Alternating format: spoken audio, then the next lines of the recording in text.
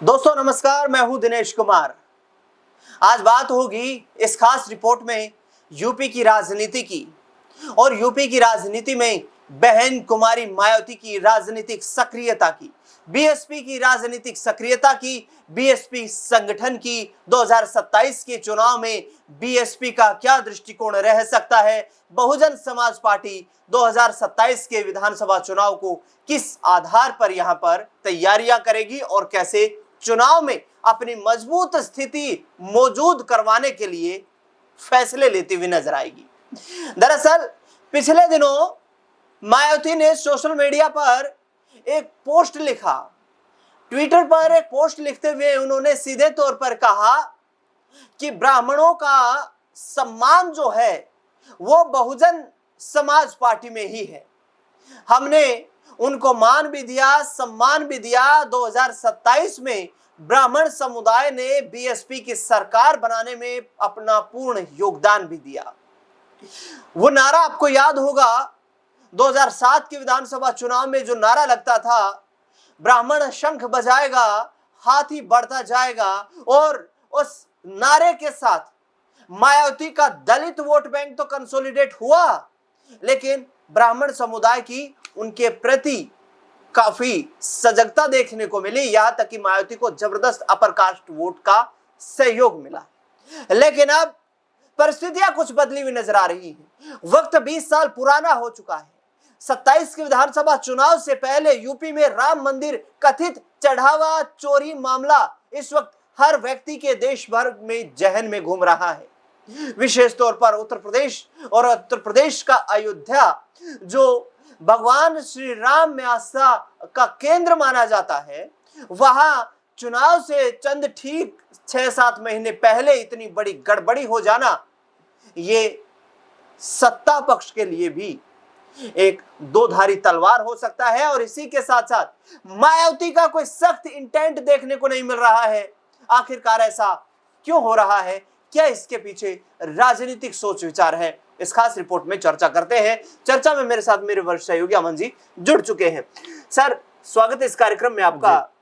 अखिलेश यादव, देखें, मायावती जो बयानबाजियां रही है अभी तक की, वो अखिलेश यादव और मायावती के बीच ही कुंद देखने को मिली है। जिस तरीके से अखिलेश यादव पर निशाना साधती है मायावती, पिछले कुछ दिनों पहले ही यहाँ पर एक्स पर एक ट्वीट लिखते हुए उन्होंने कहा कि जो हमारे साथ ब्राह्मण समुदाय जुड़ रहा है उसका सबसे ज्यादा नुकसान तो समाजवादी पार्टी का होगा, क्योंकि समाजवादी पार्टी ही ब्राह्मणों को वो सम्मान नहीं दे पाई। हालांकि माता प्रसाद पांडे को नेता प्रतिपक्ष बनाकर अखिलेश यादव ने ये मैसेज देने का प्रयास जरूर किया है। लेकिन अब जो ये चढ़ावा चोरी का मामला है, इस मामले पर लगातार अखिलेश यादव सत्ता पक्ष को निशाना बना रहे हैं। ट्रस्ट पर ये आरोप लगे हैं तो बीजेपी पर निशाना साध रहे हैं। आरएसएस से जुड़े लोग इस ट्रस्ट में शामिल थे तो इसलिए भारतीय जनता पार्टी को कटघरे में खड़ा कर रहे हैं। लेकिन मायावती इस मुद्दे पर कुछ खास नहीं बोल रही है। क्या इसके पीछे मंशा है? देखिए, बिल्कुल दिनेश जी, क्योंकि अगर हम अखिलेश यादव को देखें तो ऐसे कई मुद्दे हैं जो लगातार ऊंचे सुर से उन्होंने उठाए हैं, लगातार अपनी आवाज को बुलंद किया है। लेकिन आपने बिल्कुल ठीक कहा कि जिस तरह से हम राम मंदिर को लेकर लगातार अखिलेश यादव के सक्रिय बयान देख रहे हैं, लगातार सक्रियता उनकी देख रहे हैं, तमाम मुद्दों को लेकर वो बीजेपी को घेरते हुए दिखाई पड़ते हैं, लेकिन वो आवाजें ना तो मायावती की नजर आती हैं, ना ओम प्रकाश राजभर की नजर आती हैं, ना अनुप्रिया पटेल की नजर आती हैं, ना जयंत चौधरी की दिखाई पड़ती हैं। क्योंकि देखिए, अगर ये घोटाला हुआ है, ये गबन हुआ है, तो इस पे सबकी आवाज निकलकर सामने आनी चाहिए थी। जो गलत हुआ है वो कह सकते हैं उसको सामने रखना चाहिए था। लेकिन यहाँ पर जो आवाजें हैं वो बहुत धीमी या कुंद होती हुई दिखाई पड़ी। मायावती का जिक्र आप कर रहे हैं, मायावती लगातार अखिलेश यादव के ऊपर निशाना साध रही हैं। आप देखेंगे जब ब्राह्मण को जो समुदाय को लेकर अखिलेश यादव की बयानबाजियां हुई थी, उसके बाद जो पार्टी के अंदर ब्राह्मण चेहरे हैं उनके साथ उनकी मीटिंग होती हुई दिखाई पड़ी। और ठीक उसके बाद में मायावती ने एक ट्वीट करते हुए कहा कि देखिए, अगर कोई सबसे ज्यादा हितैषी हो सकता है या सबसे अधिक किसी ने हित जो है संभाला है किसी का, तो वो बीएसपी है। इसीलिए ब्राह्मण समुदायों को बीएसपी का साथ देना चाहिए। लेकिन यहाँ पर मायावती शायद ये भूल जाती हैं कि जब जो लगातार हम देख रहे हैं, जब हमने चढ़ावा को चंदा चोरी का जो मामला उसको लेकर देखा, अभी मुक्तेश्वर महाराज के ऊपर जिस तरह का मामला बना, उनके जो बटुक थे उनके ऊपर लाठीचार्ज होती हुई दिखाई पड़ी, उसको लेकर मायावती कुछ नहीं बोलती हुई दिखाई दी। तो ये तमाम ऐसे ज्वलंत मुद्दे थे जिसके ऊपर आवाजें बुलंद होनी चाहिए थी, लेकिन वो विपक्ष में है ना भाई, आवाज तो उठानी पड़ेगी। देखिए, तभी तो जनता के बीच एक मैसेज जाएगा जाहिर कि हमारे नेता, और उनके पास तो 8-10-12% वोट अभी बचा हुआ है। ऐसा नहीं है कि मायावती अपना वोट बैंक खो चुकी है। देखिए जाहिर बात है, क्योंकि 2024 की बात करें तो कितना भी वोट कमाया, 9 से 10% वोट उनके पास तब भी है। अब ऐसे में आप जो बात कह रहे हैं कि मायावती को यहाँ पर बोलना चाहिए था, देखिए बिल्कुल जिस तरह का उनका बयान सामने निकल कर आता है, 2007 की आप बात देखें तो सोशल इंजीनियरिंग का जो नमूना उन्होंने पेश किया था वो अपने आप में बहुत ज़्यादा कह सकते हैं कि इम्पैक्टफुल रहा था, और पूरी तरह से यानी पूर्ण बहुमत के साथ में मायावती जी को सत्ता में रहने का मौका मिला। लेकिन 2012 के बाद से लगातार जिस तरह बीएसपी के वोट बैंक और खुद मायावती का जो कद कमजोर हुआ है, उसको लेकर भी तमाम सारे सवाल बनते हुए दिखाई पड़े हैं कि उनका कद कमजोर होने की वजह से बीजेपी को उभरने का मौका मिला है। बीते लोकसभा चुनाव की बात करें तो 16 सीटें ऐसी थी जो मायावती जी की वजह से इंडिया गठबंधन को जो है हार मिलती है, जहां इन्हीं 16 सीटों पर बीजेपी को जीत मिलती है। तो हार जीत का फासला अभी भी मायावती तय करवा सकती है, कर सकती है, लेकिन जिस तरह से जो मुद्दे हैं, बड़े मुद्दे हैं, उनके ऊपर जिस तरह चुप्पी उनकी दिखाई पड़ती है, खामोशी नजर आती है, तो उसको लेकर भी सवाल उठना लाजमी सी बात है कि आखिर मायावती ऐसे बड़े मुद्दों पर खामोश क्यों रहती हैं। और कई दफ़ा हमने ये सुना भी है कि जो लोग हैं उनको बीजेपी की बी टीम बोलते हुए दिखाई पड़ते हैं, क्योंकि आप देखेंगे लोकसभा चुनाव में उनका एक भी प्रत्याशी चुनाव नहीं जीता।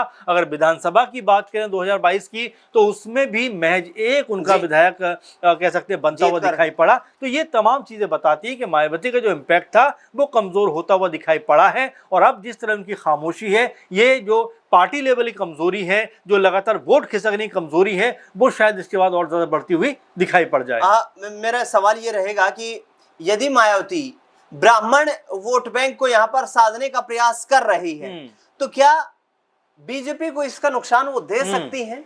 क्योंकि पर्टिकुलरली यदि देखा जाए तो समाजवादी पार्टी के पक्ष में अपर कास्ट का वोट जो है वो इतना कंसोलिडेट कभी देखने को नहीं मिला है। बिल्कुल ओबीसी मुस्लिम वोट बैंक पर ज्यादातर समाजवादी पार्टी का ध्यान केंद्रित रहा है, दलित वोट बैंक पर मायावती का ध्यान केंद्रित रहा है, और अपर कास्ट वोट बैंक पर बीजेपी का ध्यान केंद्रित रहा है। यहाँ पर मायावती ने जो ब्राह्मण समुदाय को लेकर पिछले दिनों बयान दिया, उसका क्या फायदा उन्हें मिलेगा या फिर बीजेपी को उसका खामियाजा भुगतना पड़ेगा? देखिए अभी ये नहीं कहा जा सकता, क्योंकि अखिलेश यादव के बारे में आप देखें तो नेता प्रतिपक्ष जो है विधानसभा के अंदर वो ब्राह्मण चेहरा उन्होंने बनाया, जबकि ये भी हो सकता था कि शिवपाल यादव वहां पर बैठते। तो ये बहुत दूर की रणनीति अखिलेश यादव ने साधी है। अब इसका कितना फायदा विधानसभा चुनाव में उनको मिलता है। और दूसरा सबसे बड़ा और मजबूत जो पक्ष अखिलेश यादव का नजर आता है कि पीडीए की जो बात करते हुए नजर आते हैं, तमाम समुदायों को साधने का जो प्रयास करते हैं, और उससे भी अहम जो चीज है कि 37 लोकसभा सांसद उनके पास में है। भले ही ओपी राजभर तमाम तरह की बयानबाजी कर रहे हो कि पार्टी टूट जाएगी, ये हो जाएगा, वो हो जाएगा, लेकिन अभी भी तमाम जो उनके सांसद हैं, तमाम जो उनके विधायक हैं, बड़ी पार्टी समाजवादी पार्टी है यूपी में, बिल्कुल है। और इसमें कोई दोहराई की बात नहीं है कि अगर हम लोकसभा के लिहाज से देखें तो सबसे मजबूत पार्टी जो है अखिलेश यादव की समाजवादी पार्टी है। 37 लोकसभा सांसद हैं, अकेले उनके पास बीजेपी को मिला दिया जाए तब उनके पास में कांग्रेस को, यानी कि मैं कह रहा हूं कि अगर बीजेपी अगर अपना एनडीए कुनबा सब मिला दे तब उनके पास में 34-35 सांसद हैं, और वहीं कांग्रेस को अगर यहाँ मिला दें तो ये 43-44 का आंकड़ा चला जाता है। तो ये बहुत ही महत्वपूर्ण बात है और इसका फायदा अखिलेश यादव को मिल सकता है। और इसीलिए अखिलेश यादव जब राम मंदिर का मुद्दा निकल कर आया तो लगातार उन्होंने अखिलेश यादव की तरफ से लगातार ये जो ट्वीट किए गए, लगातार इस तरह की बयानबाजी जारी की गई, और एक तरीके से बीजेपी के ऊपर उन्होंने जमकर हमला बोला। और ऐसा लगता है कि वो अब जो मुद्दे उठा रहे हैं वो मुद्दे जनता को भी इम्पैक्ट कर सकते हैं, क्योंकि राम के साथ में सबकी आस्था जुड़ी हुई है। और राम के भवन में, राम के मंदिर में अगर इस तरह की चोरी होगी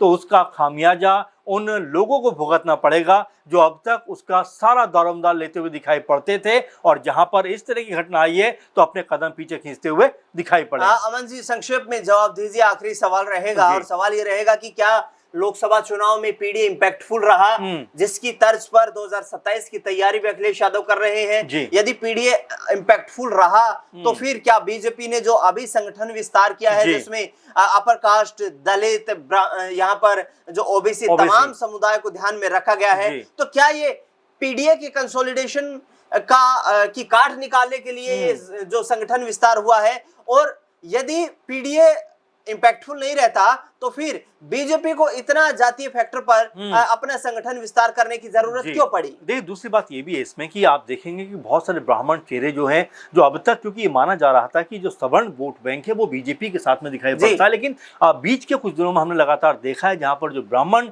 विधायक है, ब्राह्मण जो चेहरे हैं बीजेपी के अंदर, सवर्ण जो चेहरे हैं वो खफा दिखाई पड़े हैं, और उसको लेकर भी बीजेपी के अंदर काफी उथल पुथल मचता हुआ दिखाई पड़ा था। ब्रजेश पाठक को बाकायदा उप मुख्यमंत्री है, दिल्ली तलब किया था पीएम मोदी ने, उनसे मीटिंग वगैरह हुई थी। तो ये बताता है कि अंदर खाने में जो स्थिति है वो उतनी ताकतवर अब बीजेपी के लिहाज से नहीं है, और अगर उसमें सेंधमारी अखिलेश यादव कर पाए तो आने वाला चुनाव बीजेपी को बचाना मुश्किल पड़ सकता है। बिल्कुल, 27 में बीजेपी के लिए चुनौती आसान नहीं रहेगी, क्योंकि देश भर में तमाम वो मुद्दे हैं जिनको लेकर विपक्ष सवाल खड़े कर रहा है। उत्तर प्रदेश के स्थानीय मुद्दे अलग मुद्दे हैं। 10 साल का रिपोर्ट कार्ड महाराज योगी आदित्यनाथ को जनता के सामने पेश करना है, और उसी रिपोर्ट कार्ड के आधार पर उन्हें जनता के दरबार में फिर से अपनी हाजिरी लगानी है। देखना दिलचस्प होगा कि आखिरकार जनता किसे जन समर्थन देती हुई नजर आती है, और मायावती का ये रुख आखिरकार क्या उन्हें पार्टी में मजबूती दिला पाता है, उनकी पार्टी को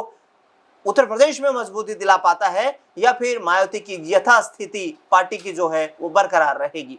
इस खास रिपोर्ट को लेकर के आपकी क्या राय प्रतिक्रिया है, कमेंट बॉक्स में जरूर बताएं। अमन जी, आपने तमाम जानकारी साझा की, बहुत बहुत शुक्रिया।